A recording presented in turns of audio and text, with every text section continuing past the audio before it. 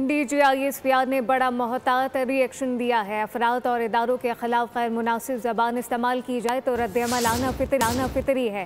वज़ीर दिफा ख्वाजा आसिफ की सियालकोट में बातचीत, कहा कि PTI का नज़रिया और ईमान सिर्फ इक़्तिदार है, इनका इस मिट्टी से कोई ताल्लुक़ नहीं। शोहदा के जनाज़ों में PTI के लोग नहीं होते। सबसे ज़्यादा शहादतें खैबर पख्तूनख्वा में हुई, लेकिन ये लोग एतराफ़ नहीं कर रहे।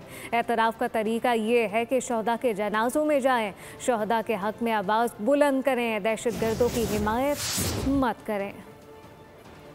PTI ने जो बना लिया है, जिस किस्म की लैंग्वेज वो इस्तेमाल करते हैं, जब इस किस्म की ज़बान अफराद के बारे में भी इस्तेमाल की जाए और अदारों के बारे में भी इस्तेमाल की जाए तो रिएक्शन आना जो है वो एक फितरी अमर है। अगर DGISPR ने अगर उसका कोई रिएक्शन दिया है तो मैं समझता हूँ कि बड़ा मोहतात रिएक्शन दिया है उन्होंने।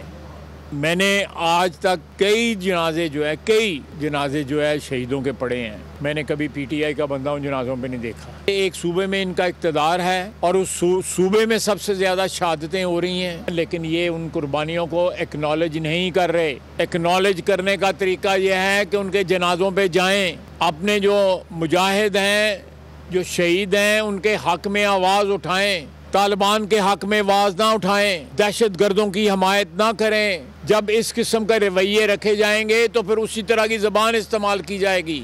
इनका ईमान, इनकी हर चीज़, इनका नज़रिया, हर चीज़ जो है इक़्तिदार है। इस मट्टी के साथ इनका कोई रिश्ता नहीं है। जिन लोगों की ज़बान से शहीद भी महफूज ना हो, वो किस तरह बात कर सकते हैं कि ये बात नहीं होनी चाहिए और ये बात नहीं होनी चाहिए। सब्सक्राइब करें और बेल दबाएं ताकि कोई खबर रह न जाए।